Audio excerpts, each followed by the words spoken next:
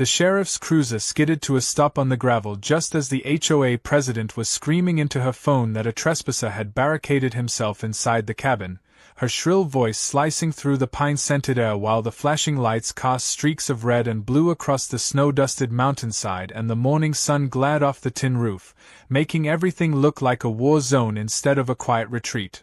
I stood on the porch with my coffee cup, my dog pressed against my leg, watching the whole procession of HOA board members, county inspectors, and 2 patrol cars push up the narrow access road I had built years ago, their tires crunching over the cattle grid I'd installed just last week as if they were charging towards some kind of showdown, and in that instant before anyone spoke a word, I could feel every eye on me like rifle sights, convinced that I was the squatter, the problem, the villain. The president, hair sprayed into a helmet, pointed at me with a clipboard and shouted to the sheriff that I had no right to be here, that the HOA had voted to remove the cabin, that it was endangering the property values of her community, and she demanded that he drag me off the porch immediately.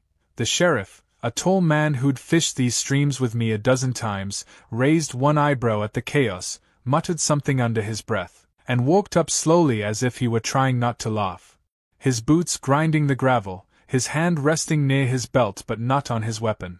The tension was so thick you could taste it, and yet beneath it all I felt a kind of surreal amusement, because nobody here except me knew the whole truth about who owned what, and their frantic rush to save the mountain from me was about to turn into the most expensive mistake of their lives. One of the inspectors, clearly new, tried to march past me to the back deck, holding a citation like it was a magic sword, but my dog's low growl and my quiet don't stopped him cold, and the sheriff's chuckle finally broke through the rising chorus of HOA outrage. It was at that exact moment that the gates at the base of the access road swung shut automatically with a heavy clang, sealing them all inside, because the timer I'd set on my new system had just tripped, and the metal arms locked in place like jaws, making everyone look back in confusion as they realized their escape route was gone. The HOA president turned purple, yelling at one of her board members to call a tow truck, a judge, anyone, while the sheriff glanced over his shoulder at the locked gates, then back at me, his eyes flicking with something like recognition of the chess game being played here, and he asked me quietly if I wanted to explain before things got uglier. But instead of explaining, I simply raised my coffee in a silent toast and let the chaos simmer another few seconds, savoring the reversal as the so-called enforcers were now trapped in my driveway like school kids locked in a classroom. The wind shifted and carried the smell of pine needles and wood smoke down from the ridge, and for a heartbeat I remembered why I'd bought this land in the first place, how many years I'd spent working double shifts to afford every acre, every survey, every access easement, and how much paperwork sat in my briefcase inside the cabin proving that this entire mountain, every trail, every road, every cul-de-sac the HOA thought they controlled, belonged to me, held quietly in a family trust they'd never bothered to investigate. But that wasn't a story I was ready to tell yet, not to them, not while they were still red-faced and braying like cornered animals. Instead, I let the sheriff take a step closer, his voice low but firm, asking me if I had identification or proof of residency, and I slipped him a single laminated card with my name and address, watching his eyes widen as he recognized the name of the mountain owner printed at the bottom in bold county typeface, then tuck it into his jacket without a word. The HOA president kept shrieking about code violations and emergency ordinances, but the sheriff cut her off with a raised hand and a warning that trespass worked both ways, and for the first time the board members actually looked uncertain, glancing at one another as though a spell had been broken. Behind me the cabin stood solid and quiet, logs stacked with the patience of an old craftsman, solar panels glittering on the roof, a silent testament to years of planning and independence, and in that instant I felt the power shift completely.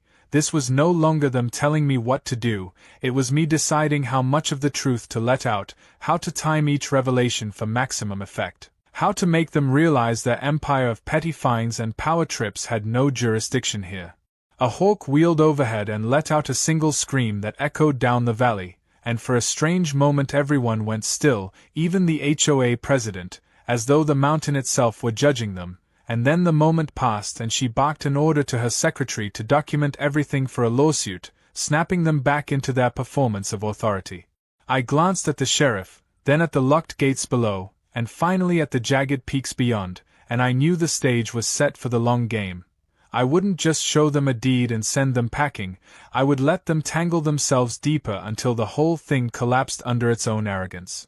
But first, I had to play the part of the outnumbered cabin owner, the quiet man on the porch with a cup of coffee, while they exhausted their last illusions of control.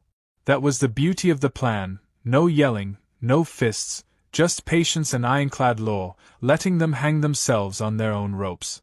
The sheriff shifted his stance, clearly choosing sides now even if he wouldn't admit it aloud, and he murmured to me that he'd handle the paperwork his way if I could give him a few hours to manage the optics, which I agreed to with a slow nod, watching as the HOA president finally noticed the tiny sign at the edge of the porch, one she had personally ordered removed a year ago, stating private property, owner on site.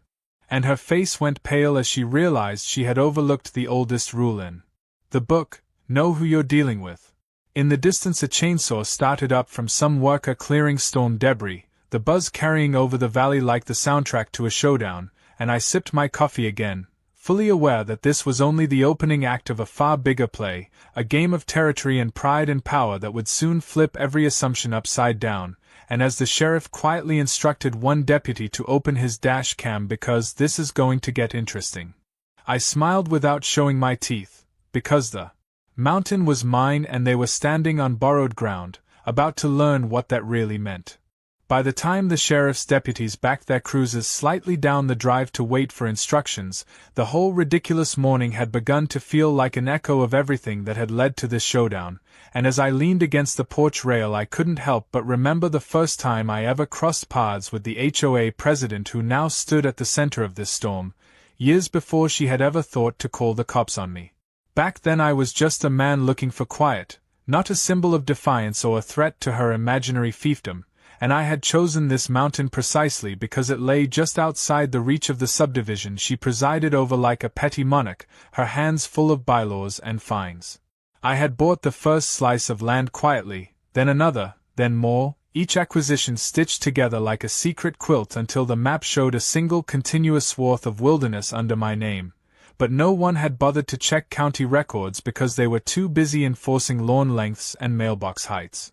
The HOA had grown like a creeping vine from the valley floor upward, a collection of summer cabins turned into full-time residences, a network of gravel roads and mail stops and pointless committees, and she had been there for every step, her voice the loudest at meetings, her signature on every demand letter. She saw herself as the guardian of property values and civilization, and anyone who did not fit her mold was branded an intruder, a squatter, or a problem to be eradicated. The first time she saw me, I had been unloading lumber from an old flatbed at the edge of a logging road I owned, and she had rolled up in a spotless SUV, windows sliding down to inform me that I was in violation of some landscaping ordinance. I remember the way she froze when I smiled and said there was no ordinance here, no HOA jurisdiction on this slope, and the way her eyes narrowed as if she were filing me away as a future enemy. In the months that followed she sent me letters anyway, full of bold fonts and threats of fines, which I quietly fed to the wood stove without a second glance, and she escalated by sending committee members to photograph my cabin, my truck, my dog, as if documenting evidence for a trial that would never come. I learned then that she thrived on reaction, and the best way to counter her power was silence and patience. While she and her allies built new signs and installed security cameras at the foot of their roads, I was up on the ridge installing solar panels and laying out trails, filing my easements with the county clerk, and buying parcels from absentee owners who were tired of her constant meddling. Slowly, almost invisibly, the mountain shifted from a patchwork of ownership to a unified whole, but she and her board never saw it happening because they assumed their dominion extended everywhere. Over time I started to notice how much her crusade against me had begun to unsettle her own neighbors. People would wave at me as I drove past, whisper apologies about letters they'd been forced to sign, admit quietly that they envied my freedom even as they paid her dues and bowed to her rules. There was a moment at a county zoning hearing when she stood up to denounce my plans for a small equipment shed on my land, and the zoning officer cut her off by pointing out she had no standing on the matter. The look on her face then was almost identical to the one she wore this morning when the sheriff refused to drag me off my porch. That was when I knew the day would come when she overplayed her hand completely, when she called in some bigger authority to crush me, only to discover she had been walking into a trap of her own making. As I built the cabin, I designed everything with that moment in mind, from the steel-reinforced gate at the base of the access road to the hidden cameras documenting every trespass, from the network of trails that circled their community to the carefully planted signs noting private property boundaries. Every choice was deliberate, a countermove waiting to be triggered. Even my casual friendship with the sheriff was part chance and part design. I'd met him fishing years ago, but I kept that line of contact alive, making sure he understood the truth long before the HOA tried to drag him into their theater. Yet for all my preparation, I wasn't cruel. I didn't hate her or her board. I understood that for them, power was a kind of oxygen, and anything they couldn't control felt like a threat to their identity. But I also understood that they would keep pushing until they were forced to stop. The night before this confrontation I had watched the forecast predicting snow and thought about how the mountain would look blanketed white, how quiet it would be once that convoy retreated in confusion, and how I would finally be able to finish the repairs on the old trail without interruptions. My dog shifted against my leg, sensing my thoughts, and I could hear the HOA president still barking orders to her secretary, already threatening lawsuits and emergency injunctions. She didn't realize that each of her words dug her deeper into the hole she'd been tunneling for years. I remembered vividly the first time she had threatened to have my access road removed because it crossed HOA land, and how she had gone pale when I produced the original plat map showing the opposite, that their road easement actually crossed into my property, a fact she had chosen to ignore ever since. All these memories flickered through my mind like a montage as the mountain breeze picked up, scattering pine needles across the porch. I thought about the long nights spent with a lantern and stacks of documents, reading deeds and easements, marking survey points by hand, investing every spare dollar into buying one more acre, one more slice of freedom. This was not just about a cabin, it was about a lifetime of work, a fortress of paper and patience built to withstand exactly this kind of storm. Down below I could see the deputies checking their radios, clearly uncomfortable at being dragged into what was turning out to be a property dispute rather than a criminal incident. I could almost feel the shift as they realized they were standing on shaky ground legally, that the person they had been called to arrest might actually be the landowner, that the angry woman ordering them around might be the one out of bounds. The HOA board members, meanwhile, had gathered into a huddle, their expensive jackets zipped up against the mountain chill, whispering furiously about next steps, about calling county supervisors, about staging a community vote. None of it mattered anymore. The trap was already sprung. The locked gate at the base of the road was not just a physical barrier but a symbol of their mistake. I didn't plan to keep them there forever, only long enough for reality to sink in, long enough for the sheriff to see the full picture, long enough for the narrative to flip. My phone buzzed with a text from my attorney, a single line confirming that the emergency injunction I had anticipated was already filed on my behalf in case they tried to claim some emergency authority. Every move accounted for. Every counter documented. As I pocketed the phone, I could hear the president trying to rally her people again, her voice rising in pitch, and I wondered if she remembered that day years ago at the county office when she had laughed off my polite request to stop harassing me. That memory sharpened my resolve. This was no longer a dispute over a fence or a noise complaint. This was a test of who really owned the ground beneath our feet. And as the clouds began to slide across the peaks, casting shifting shadows over the cabins below, I felt the weight of all those years settle into a kind of calm certainty. They had built their power on assumptions and bluster. I had built mine on deeds and patience. Now the collision was inevitable, and we were already in its wake. The air on the mountain felt heavier that afternoon, charged with a strange electricity as though even the trees were holding their breath, and from my porch I watched the convoy below begin to split apart into small frustrated groups, HOA board members calling their spouses, the county inspectors muttering to each other about liability, and the sheriff maintaining a kind of practiced neutrality as he leaned on the hood of his cruiser. This was the moment when the HOA made its first real strike, the point where their irritation solidified into action, and though they thought they were still in control, I could see the cracks widening in their facade. Earlier that morning, after the initial standoff, I had retreated inside the cabin under the pretense of making coffee, but in reality I was activating a small cascade of steps designed to force their hand.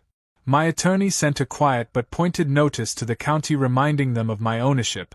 My security system documented every trespass for future evidence, and my access road gate cycled through its timed locks, sealing off any quick retreat. Through the window I watched the HOA president consult a folder of papers, her finger jabbing at maps she didn't understand, ordering 2 board members to go check some boundary markers on foot as though a hike through the underbrush would magically give her jurisdiction. Their boots crunched through the thin layer of snow and pine needles, but within minutes one of them stumbled across the bright orange survey stake I had placed by a licensed engineer, complete with GPS coordinates, and they stopped dead in their tracks, staring at the tag like it was a death sentence.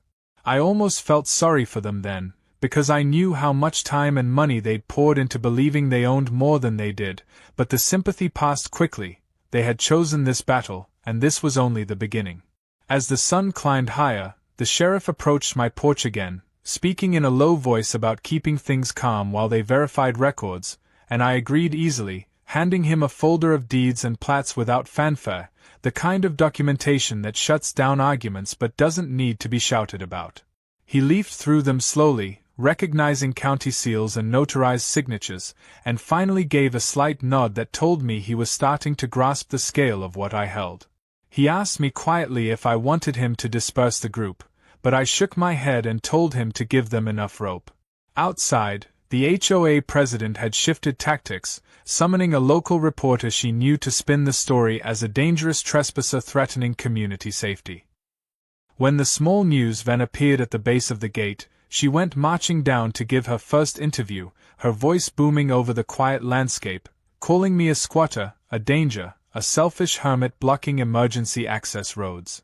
I watched from above as the reporter's eyes darted to the locked gate and then back to her with skepticism, already sensing something off about her performance. She didn't know it, but the news crew had already received a statement from my attorney explaining the real property lines, and as she spoke they were quietly filming the posted signs and the locked gate with its county permit sticker plainly visible. This was her first strike, and it was already backfiring. Inside my cabin the phone buzzed again with updates from my attorney. We had pulled copies of the HOA's own bylaws showing they had no authority over my land. We had affidavits from neighbors stating they'd been coerced into signing complaint letters. We had everything lined up like a row of dominoes, waiting for the right touch. Yet I knew timing was everything. If I slammed all my cards down now, they'd retreat and regroup. Better to let them stew, escalate, overcommit, and then crush their case under the weight of their own mistakes. My dog shifted beside me as if sensing the tension, ears perked toward the commotion below. Through the window I saw one of the deputies trying not to laugh as the HOA president's secretary attempted to climb the locked gate to hang a new "No Trespassing" sign on it, only to slip and land in the mud. The absurdity of it all almost broke my composure, but I stayed still, sipping my coffee and documenting every detail. By mid-afternoon their plan to intimidate me had shifted to direct confrontation. 2 board members approached the cabin driveway with a clipboard of supposed violations and a video camera rolling. I met them halfway, calm as a stone, and asked if they were aware they were trespassing. They responded with legalistic nonsense about common access, which I countered with a single question about the recorded easements, leaving them blinking in confusion. When they tried to hand me a fine, I refused to touch it, reminding them again they had no authority here. Their camera captured the whole exchange, but what they didn't realize was that my own cameras were capturing them too, from multiple angles, with clear audio. Every insult, every threat, every step onto my land became evidence stacked against them. This confrontation stirred up the rank and file of their little group, and I watched as the HOA president climbed onto the tailgate of a truck like a general addressing troops, announcing that she would shut down my access road by the end of the week and have me forcibly removed if necessary. Her voice echoed off the valley walls, but I noticed fewer cheers than before, some board members exchanging uneasy glances, others staring at the ground. The sheriff stood a few feet away, arms crossed, saying nothing, letting her hang herself with every dramatic proclamation. Meanwhile, the local news crew had started interviewing random onlookers, including a neighbor who had come up to watch the spectacle unfold. He told them, on camera, that I was the real landowner, that the HOA president was bluffing, and that the mountain belonged to me. The clip would air that night and blow up the narrative she'd been trying to build. As the day wore on, clouds rolled in over the peaks and the air took on that metallic scent that meant a storm was brewing. I went back inside to check my maps, running my finger along the boundary lines like a general reviewing a battlefield.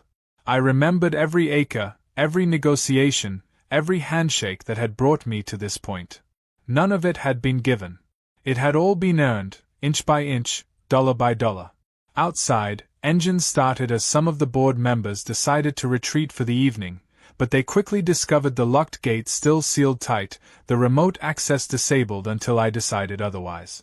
Their frustration rose into shouting, and one even threatened to cut the chain before the sheriff stepped in and told them flatly they'd be arrested for destruction of property if they tried. Slowly they began to realize their position was reversed. They were not enforcers but intruders, not the power but the supplicants. As darkness began to creep down the slopes, I lit the cabin's old lantern and let its glow spill across the windows like a beacon. My dog settled near the fireplace, eyes still tracking the movement outside. This was only the first strike, their opening salvo, and it had fizzled into farce. I knew they would return with lawyers, with county officials, maybe even try to bring a court order, but I was ready for all of it. The foundation of my plan was not just land ownership but patience and documentation. They thrived on reaction, and I thrived on preparation. Tomorrow would bring their second strike. Tonight I would enjoy the quiet satisfaction of watching their empire wobble. As the storm finally broke and a thin curtain of snow began to drift down through the pines, I stepped onto the porch once more, inhaling the scent of cold air and wet earth, feeling the mountain itself settle around me like an old friend, and I whispered to it that the long game was only beginning, that their first strike had already sealed their fate, and that soon the entire mountain would echo with the sound of their retreat. By dawn the next day the mountain had turned into a theater of quiet tension, the snow from the night before leaving a crisp white sheet over the ground that made every footprint and tire track look like evidence, and I stood at my kitchen window watching the HOA president's latest attempt at escalation unfold in slow motion as a fresh convoy of SUVs crawled up the access road behind a county utility truck.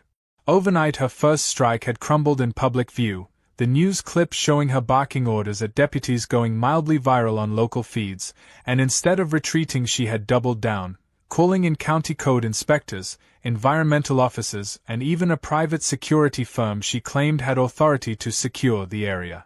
From my vantage point I saw the whole parade grind to a halt at the locked gate like a toy train at the end of its track, cameras flashing as her secretary documented the barrier for some future lawsuit, and the sheriff once again waiting off to the side with a look of weary amusement as he sipped his thermos.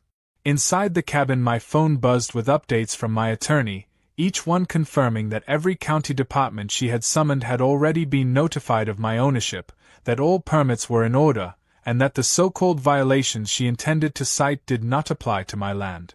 It was like watching a chess opponent move pawns into an empty corner while my rooks stood ready across the board. When the convoy reached the cabin's driveway the air snapped with voices, radios, and the scraping sound of a snowplow blade as the county truck attempted to clear a space for them to stage their operation. I stepped onto the porch with my dog at my side, calm as stone, and raised a hand in greeting without saying a word, letting them approach on my terms. The HOA president strode forward wearing a neon vest like she was commanding a disaster response, barking at the inspectors to photograph every angle of my cabin, the gate, the solar panels, anything she could call a violation. Two men from the private security firm tried to approach me with clipboards, but the sheriff intercepted them, telling them they had no authority here and would be trespassing if they crossed my property line. Their confusion spread through the group like a virus, faces twisting as they realized they were caught between her orders and the sheriff's warnings. This was her escalation, the point where she tried to overwhelm me with sheer numbers, and instead it became a slow-motion humiliation. Inside my pocket my phone vibrated again and I glanced at the message, my attorney confirming that the emergency hearing I had quietly requested would take place that afternoon, a judge ready to affirm my ownership and potentially issue a restraining order if the HOA persisted. I felt a pulse of satisfaction but didn't show it outwardly, simply nodding at the sheriff as he moved closer and asked if he could borrow my folder of deeds again to show the new arrivals. I handed it over, watching him stride to the hood of his cruiser and spread the documents out like a teacher with a lesson plan, calling over each inspector one by one to show them the seals, the maps, the dates. As he did this, the HOA president's face hardened, her mouth tightening as she realized her own allies were being converted by the weight of evidence. She tried to spin it by claiming my deeds were forged or outdated, but the county surveyor on site recognized his own stamp and quietly told her she was wrong. That moment hung in the cold air like a cracked bell, and I knew the tide was shifting. Still, she didn't give up. Pulling out her phone, she began making frantic calls to higher officials, demanding intervention, threatening lawsuits, invoking emergency ordinances. Each call ended the same way, with someone on the other end apparently telling her they had no jurisdiction, and each time she grew redder in the face, stumping through the snow like a child denied a toy. I remained still, my hands wrapped around my coffee mug, my dog sitting like a sentinel beside me. This was the beauty of patience. Let your opponent burn themselves out while you stand anchored in the facts. My cameras recorded everything, and I made a mental note of each false claim she shouted for future use. Meanwhile, the private security men had retreated to their truck, clearly unwilling to test the sheriff's warning, and the inspectors were already loading their gear back into the county truck, murmuring that they had wasted their morning. Around midday the sun broke through the clouds and lit the mountain like a stage spotlight, glittering off the snow and casting long blue shadows across the cabins below. The sheriff walked back up to my porch, leaning close to say he had done all he could to talk sense into them, but they were determined to push until a court told them to stop. I thanked him for his effort and said the court would speak soon enough. My attorney called then, confirming the judge's readiness to issue the order and asking if I wanted to press trespassing charges immediately or wait. I chose to wait. Let them go home with their dignity in tatters before I hammered the final nail. Outside, the HOA president's voice grew hoarse from yelling, and finally she stumped up to my porch herself, demanding that I show her the deeds, that I prove my right to be here. I looked at her calmly and told her to ask the sheriff, since he already had the papers in hand. Her eyes flicked to the sheriff, then back to me, and in that moment I saw the flicker of doubt for the first time, the realization that maybe she had been wrong all along. But pride is a powerful drug, and she turned on her heel and announced to her followers that they would file for an injunction, that this wasn't over, that she would bring the full weight of the county down on me. As she marched away, I knew she was already defeated but just didn't know it yet. The mountain breeze carried her words away like dry leaves. My dog gave a low sigh and lay down on the porch boards, sensing the anticlimax. I thought back to all the months of preparation, the fences, the deeds, the friendships nurtured with county officials, the quiet research, and felt the satisfaction of a plan not just working but unfolding exactly as envisioned. This wasn't about a cabin anymore. It was about proving that patience, diligence, and law could outlast bluster, intimidation, and power plays. As afternoon slid toward evening, the convoy began to break apart, inspectors climbing back into their trucks, the security men driving off without a word, even some HOA board members shaking their heads and quietly heading home. Only the president and her inner circle lingered, plotting their next move, but I could see the hollowness in their posture. The sheriff returned my folder of deeds with a small nod and said he would call me after the hearing to coordinate next steps. I thanked him again and went inside, closing the door softly behind me, the cabin's thick logs shutting out the cold and the noise like a fortress. Inside, the fire crackled in the hearth and the scent of pine resin filled the room, a reminder of why I had fought for this place in the first place. Tomorrow would bring the hearing, the paperwork, the legal confirmation that would end this once and for all, but tonight I would sleep soundly knowing that every escalation she attempted only strengthened my position. As darkness fell, the mountain grew quiet again, the only sounds the occasional crunch of tires as the last vehicles left and the distant call of an owl echoing through the trees. I stepped onto the porch one final time, lantern in hand, and looked down the slope at the gate still locked across the access road, its steel arms glinting faintly in the moonlight. This was no longer just a barrier, it was a symbol of a turning tide, the line between fantasy and reality, between her imagined authority and my actual ownership. I whispered to myself that the escalation was done, the trap was set, and that soon even she would have to accept what she had refused to see, that the mountain did not belong to her committee, her fines, or her pride. It belonged to the deeds, the work, and the quiet resolve of a man who had built something real while she built nothing but rules. With that thought I closed the lantern and went back inside, the door clicking shut like the end of an act in a long play whose climax was drawing near. The courthouse smelled faintly of paper and polished tile when I walked through its doors that afternoon, the judge's chambers lit by a thin band of winter sunlight slanting in through the tall windows, and as I handed over the neatly bound deeds to the clerk I felt the years of patience harden into a single unstoppable moment. The emergency hearing had been set for 2 o'clock, but already the hallway outside the courtroom buzzed with voices, HOA board members pacing, their lawyers whispering urgently, the president clutching a sheaf of papers like a lifeline. She had expected to drag me into court as a defendant but instead found herself named in a petition for harassment, trespass and injunctive relief, the roles reversed and the narrative slipping out of her hands. Inside the chamber the judge, a tall woman with a reputation for cutting through theatrics, glanced over the filings with a frown and then at the two of us standing at opposite tables, her eyes asking silently why she was spending her afternoon refereeing a mountain dispute. My attorney spoke calmly, outlining the chain of ownership, the easements, the documented trespasses, the threats and the attempted fines, and he placed before her a series of county maps marked with my name like a signature across the ridges. The HOA lawyer tried to object but stumbled when asked for proof of jurisdiction, admitting finally that they had none, that their authority ended at the boundary line they had ignored for years. The judge's eyebrows rose slightly, and she asked the HOA president directly why she had led such an aggressive campaign without verifying ownership. Her answer was a cascade of excuses about community safety, property values and suspicious activity, but each phrase rang hollow in the still courtroom. I stood silent through it all, hands clasped loosely behind my back, watching the scene like an out-of-body experience. For years they had pushed and harassed, confident I would either bend or break, and now in this quiet room that power evaporated under the fluorescent lights.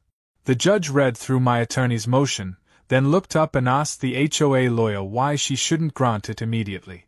He muttered something about due process but offered no concrete reason, and in that instant the tide truly shifted.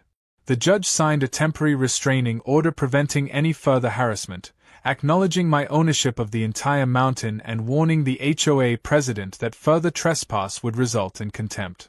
She spoke each word carefully, like hammer blows on a nail, and when she finished the room fell silent except for the scratch of the clerk's pen recording the order.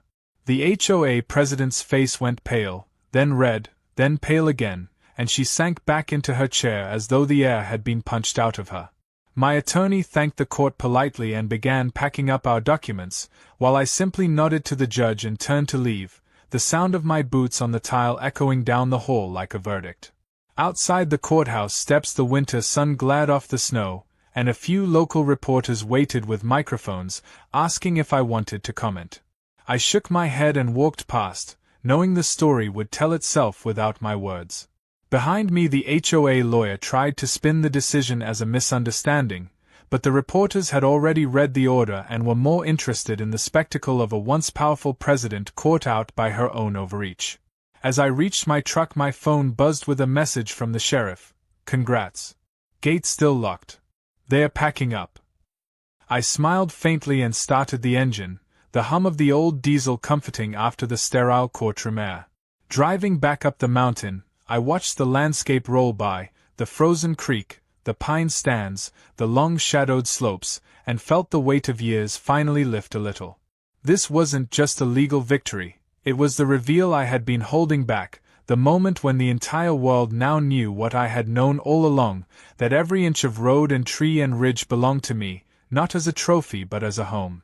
When I crested the ridge, the gate swung open automatically at my remote signal and I drove through slowly, letting the truck's tires crunch over the ice. Down below, the remnants of the HOA convoy were indeed packing up, their SUVs lined like chastised children waiting for pickup. The sheriff stood nearby talking to a deputy, his expression a mix of satisfaction and caution, knowing this was not the end but the turning point. I parked by the cabin and stepped out into the cold, the air sharper now, the sky a deepening blue over the white peaks. The HOA president spotted me and started toward the driveway, but the sheriff intercepted her, pointing to the restraining order now taped to her windshield. She stopped short, eyes flicking from the paper to me and back again, her expression unreadable. Without a word, she turned and walked back to her SUV, slamming the door so hard the echo bounced off the valley walls. One by one the other vehicles pulled out, creeping down the access road under the watchful eye of the sheriff's deputies, their once proud banners and clipboards tucked away out of sight. It was like watching a retreating army, the sound of engines fading into the trees.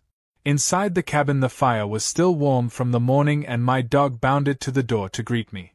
I hung up my coat, poured a fresh cup of coffee and stood at the window watching the last of the taillights vanish down the slope. This was the big reveal, the moment I had built toward all these years, and it felt both triumphant and strangely quiet. No cheering, no gloating, just the steady heartbeat of the mountain under my feet. I thought back to the first parcel I had bought, the long nights saving money, the stubborn refusal to sell when pressured, the careful way I had expanded my holdings without attracting attention. All of it had led to this point where one signature from a judge had made the truth undeniable. My phone buzzed again, this time with messages from neighbors congratulating me, some even asking if they could buy small plots from me now that the HOA's shadow had lifted. I didn't answer yet. There would be time for decisions later. The sun began to sink behind the peaks, casting long shadows across the snow and painting the cabin walls in gold. I stepped outside onto the porch, the boards creaking under my boots, and breathed in the cold air deeply, letting it fill my lungs. This wasn't over entirely, there would be appeals, letters, new strategies, but the core battle was won. The mountain was mine beyond dispute, and the HOA president's power had cracked in full view of her followers. Down the slope the gate clicked shut again, sealing off the access road for the night, and I could almost feel the mountain exhale, the tension draining away like meltwater in spring. My dog trotted to the edge of the porch and barked once at the empty road, a sound that echoed faintly then vanished into the woods. Inside the cabin my attorney's documents lay neatly stacked on the table, a fortress of paper thicker than any wall, and I knew that from this point on the story would be about rebuilding, about what came after the reveal. As twilight settled over the ridge, I sat on the porch steps with my coffee, watching the first stars appear between the branches, and thought about how close I had come to losing this piece if I had not planned so carefully. The HOA had tried to crush me with their first strike, then their escalation, and now they had been confronted with the full reality of my ownership. The big reveal was not just a legal maneuver but a turning point in the entire dynamic of the mountain. They could no longer pretend I was a trespasser or a problem. They had to face the fact that I was the owner, the steward, the neighbor they had misjudged. And with that realization would come the unraveling of their authority, the quiet migration of residents away from their control, the opening of new possibilities I had only begun to imagine. The cold deepened, the stars multiplied, and the mountain settled into silence, its ridges dark against the sky like sleeping giants. I finished my coffee, rose, and went inside, closing the door behind me with a slow finality, knowing that chapter of the fight was over and the next would be about reshaping the future of the mountain on my own terms. The first light of dawn spilled across the mountain like a slow tide and I stood at the edge of the porch breathing in the thin cold air, the snow glittering in long unbroken fields where for years there had been tire ruts, HOA signs, and wandering inspectors, and for the first time since I had built the cabin the place felt fully my own. In the weeks following the court order the HOA had dissolved into fragments, its former board members resigning, moving, or quietly apologizing, and the president herself had sold her house at the far edge and vanished down the valley without a goodbye, leaving behind a handful of unpaid bills and a reputation ruined by her own arrogance. The mountain was quieter now, but not empty. Freed from the rules that had stifled them, neighbors began appearing at my porch in small groups, bearing thermoses and tentative smiles, curious to see what would happen next. Some came to offer thanks, others to ask if I would allow them to keep hiking the trails, a few to volunteer for maintenance. Each conversation carried the same undertone of relief, as though a weight had been lifted from their shoulders. It was strange to see the very people who once signed letters against me now standing on my porch asking for a handshake, but I understood their fear, the way power can coerce ordinary people into acting against their own instincts. One by one I welcomed them, listened to their stories, and began sketching out a plan to turn this mountain into something more than a personal refuge. Inside the cabin, my long-prepared folders became living blueprints. I spread out maps on the table, drawing with a soft pencil as I assigned trail sections to volunteers, marked areas for conservation, and noted which roads would need grading come spring. The vision I had carried alone for years was now beginning to take shape in public, a cooperative effort instead of a siege. My phone buzzed with new messages every day from residents offering tools, labor, or simply goodwill, and slowly the tone shifted from fear to possibility. One afternoon a retired surveyor brought up his old theodolite to help me remark the boundary lines. Another day a group of young parents came to clear fallen branches from the main trail, and on weekends a few kids came up with sleds and hot cocoa, filling the air with laughter where once there had been shouting matches and fines. The mountain was coming alive again, not as a battleground but as a shared space rebuilt on fairness and mutual respect. Yet even amid this new energy I kept my guard. The HOA president might be gone, but her influence lingered in paperwork and habits, and I spent hours in the county office finalizing easements, canceling unauthorized loans, and filing notices to erase the last traces of her reach. It was tedious work but also cleansing, like clearing invasive brush from a trail. My attorney and I drafted a simple agreement for residents who still wanted road access or mail delivery across my land, voluntary and transparent, replacing decades of hidden fees and veiled threats with straightforward terms. Most signed happily, relieved to be dealing with a neighbor instead of a committee. A few chose to move away rather than adjust to the new reality, but their houses sold quickly to newcomers attracted by the idea of a freer mountain community. Each transaction, each handshake felt like another stone laid in the foundation of something enduring. One evening as the sun dipped behind the ridge I walked the old logging road that had once been the flashpoint of so many disputes. The snow was packed into a hard trail under my boots, and in the fading light I could see deer moving quietly between the pines. I thought about the long arc of the conflict, the years of letters and fines, the sheriff's visits, the locked gates, the courtroom showdown, and how it had all led to this quiet moment where the air itself felt lighter.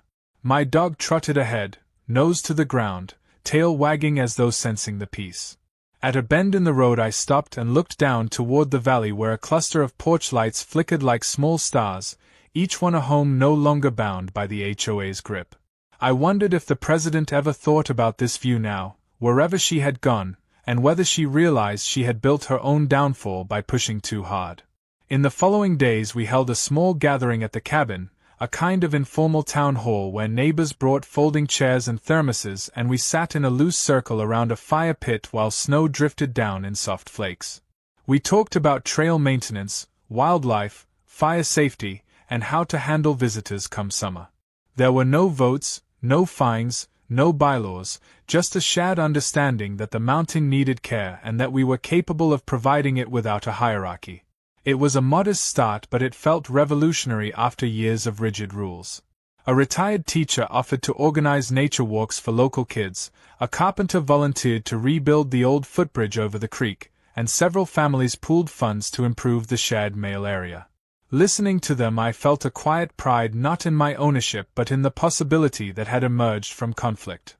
This mountain had once been a fortress for me alone, but now it was becoming a model of cooperation forged out of struggle.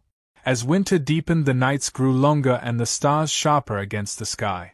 I often stepped outside before bed, lantern in hand, to walk the perimeter of the cabin and listen to the wind moving through the trees. Sometimes the silence was so complete I could hear the distant rush of the frozen creek or the flutter of an owl's wings. In those moments I felt the weight of the entire journey settle into gratitude. I had not sought out a battle, but I had not shied from it either, and because of that the mountain had been preserved. The threats, the fines, the harassment had faded into memories like distant thunder, and what remained was the solid reality of land held, defended, and now shared. On one of those nights, as snow began to fall again, a small group of neighbors climbed up to the cabin to bring me a hand-carved sign they had made from a fallen cedar. It simply bore the name of the mountain and the words "Community Steward" beneath it. They asked if they could place it at the trailhead as a symbol of the new era. I hesitated, humbled by the gesture, then nodded. Together we hiked down to the trailhead under the starlight and planted the sign in the frozen earth, our breath rising in small clouds, the sound of the hammer echoing against the trees. When it was done we stood back and looked at it, a modest piece of wood that somehow felt like a monument to everything we had endured and everything we hoped to build. Walking back up the trail afterward I thought about how far we had come from the morning the sheriff's cruisers first skidded to a stop at my cabin, the HOA president screaming into her phone, convinced she could evict me. That scene felt like a lifetime ago now, a different world. The mountain had changed, the people had changed, and so had I. Where once I had been a solitary fighter bracing against intrusion, now I was a caretaker among many, shaping something larger than myself. The quiet of the snow, the glow of the lantern, the soft sound of boots on the path, all of it felt like the closing lines of a long story, not an ending but a resolution. By the time I reached the cabin the neighbors had gone and only the dog waited by the door, his eyes reflecting the lantern light. I stepped inside and closed the door, the warmth of the fire wrapping around me. Tomorrow there would be new tasks, plowing the road, answering emails, planning spring maintenance, but tonight I allowed myself a moment to sit by the window and watch the snow fall, thinking of the mountain not as property but as a living space of freedom hard-won. Outside the new sign stood at the trailhead, its carved letters catching the starlight, and beyond it the mountain stretched into darkness, vast and unclaimed by any petty power, a place where the echoes of conflict had finally given way to the quiet sound of people rebuilding something better. The morning after the court order felt like the first true day of winter on the mountain, the sky a hard crystalline blue and the snow sparkling under the pale sun, and as I stepped out onto the porch I could sense a new emptiness down below where the HOA convoy had been, their absence almost louder than their presence. The sheriff had texted me just after dawn to confirm that his deputies had escorted the last of the board members off my property late the night before and that the restraining order had been served personally to the HOA president. Now the access road was quiet except for the crunch of my own boots as I walked down to inspect the gate. The steel arms stood closed and gleaming, untouched, and a new laminated copy of the court order hung from the post where every visitor would see it before taking another step. My dog padded beside me, tail high, sniffing the air as if to confirm our new freedom. For the first time in months there were no surveillance drones buzzing over the tree line, no board members snapping photos from SUVs, no county inspectors poking at soil samples. It was as if a storm had passed and left behind a silence so deep it felt like a reset. But silence is never permanent. Even as I checked the gate, a trickle of emails was already arriving from residents who had been under the HOA's thumb for years, tentative messages asking if the stories were true, if the mountain was really mine, if there was any way they could negotiate access or easements without the president's interference. Some were apologetic, confessing they had been pressured into signing complaint letters, others were openly supportive, thanking me for standing up to the bullying they themselves had endured. I read each message slowly, recognizing names from the cabins dotting the lower slopes, and I felt the shape of a new community taking form in the ashes of the old one. This was the mass exodus beginning not with a bang but with whispers, a migration away from her control towards something freer and quieter. As the day went on more signs of retreat emerged. Trucks with moving boxes rolled out of driveways on the lower road, the private security firm removed its cameras from the shared mail area, and a contractor hired by the HOA began dismantling the garish community entrance sign they had planted halfway up my access road.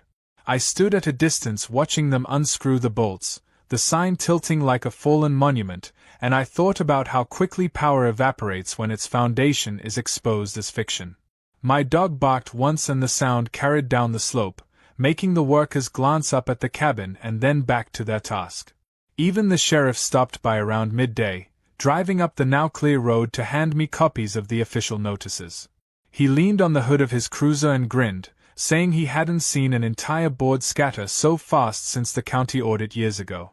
He warned me they might still try something, an appeal, a smear campaign, but legally they were finished. I thanked him for his even hand and invited him in for coffee, and we sat at the kitchen table as he marveled at the maps spread across it, the sheer scale of the mountain now unified under one name. By afternoon the changes were visible even from the porch. Without HOA patrols, kids from the lower cabins rode sleds down a gentle slope near the creek, their laughter echoing off the trees, something that had been forbidden under the old rules. A retired couple I barely knew hiked up the main trail with thermoses and waved shyly as they passed, relieved to be out from under watchful eyes. The atmosphere felt looser, freer, like a village shedding a skin. Yet I knew there was still work ahead. The roads needed maintenance the HOA had neglected while spending dues on lawyers. The trail markers were faded, the mail area poorly designed. All of these things would need attention if the mountain was to thrive without descending into chaos. But for the moment, the sheer act of liberation was enough. Inside the cabin I opened a drawer and took out the thick folder of plans I had drafted over the years for exactly this transition. My vision was not to become a new tyrant but to establish clear, fair guidelines for access and upkeep, voluntary rather than compulsory, a cooperative instead of an authority. Reading through the old notes, I saw sketches of communal fire pits, trail maintenance schedules, wildlife conservation plans. This mountain had always been more than a hiding place. It was meant to be a model of self-reliance balanced with community, a quiet rebuke to the kind of control the HOA president had wielded. With the restraining order in place and the mass exodus underway, I could finally begin to make that vision real. That evening, as the sun dipped low and painted the snow in rose and gold, I walked the ridge trail with my dog, looking down at the cabins dotting the lower slopes. Some windows glowed with lamplight, others were dark, already empty. The HOA president's own house at the far edge sat like a fortress, but even from this distance I could see the for sale sign planted in the front yard, a white rectangle against the blue shadow of the pines. She was leaving. After all her proclamations, all her bluster, she was packing up and going. I imagined her fury as the reality of the restraining order and the loss of power sank in, her phone calls to allies unanswered, her carefully maintained reputation shredded by the news clip playing on local television. Power built on intimidation collapses quickly when confronted with a wall of law and patience, and now she was learning that lesson in real time. On the ridge the wind picked up and a hawk wheeled overhead, its cry echoing down the valley. I stopped for a moment and looked at the peaks beyond, remembering the first time I had stood here years ago with a survey map, trying to picture a future no one else could see. Every tree, every rock, every trickle of meltwater now felt like part of a living being breathing beside me, and I felt a surge of responsibility mixed with relief. This was no longer about winning a fight, it was about stewarding a place, about making sure the freedom I had fought for became something more than a blank space on a map. My dog pressed against my leg and I scratched behind his ears, murmuring to him that we had done it, that the mountain was ours to protect now. By the time I returned to the cabin, dusk had settled fully, and down below headlights traced slow paths as the last remaining HOA vehicles wound their way down toward the valley. I lit the fire and sat by the window watching the embers glow, feeling the quiet seep into my bones. This was the mass exodus I had imagined, not a single dramatic eviction but a slow, inevitable retreat as reality closed in on their illusions. Soon the mountain would be free of their signs, their rules, their constant surveillance. Soon it would simply be what it had always been under the surface, a place of open air and hard work, of freedom and responsibility. I closed my eyes and listened to the crackle of the fire and the distant sound of the creek under ice, thinking of all the chapters still to be written now that the board's chapter had ended. Later that night, as stars filled the sky and the temperature dropped, I stepped outside one last time. The gate at the road gleamed faintly in the starlight, the snow crunching under my boots as I walked to the edge of the porch. In the distance I could just make out the faint glow of taillights disappearing beyond the last bend, like fireflies winking out. The mountain felt vast and silent around me, a living cathedral of pines and snow and rock, and for the first time in years I allowed myself to believe that the worst was over. Tomorrow would bring new tasks, letters to answer, plans to draft, neighbors to reassure, but tonight was a milestone carved out of patience and resolve. I whispered into the cold air that the mountain was free now, that it belonged to no board, no president, only to the deeds and the people willing to respect it, and then I went back inside, closing the door softly behind me as the firelight flickered across the log walls like a quiet promise of the future.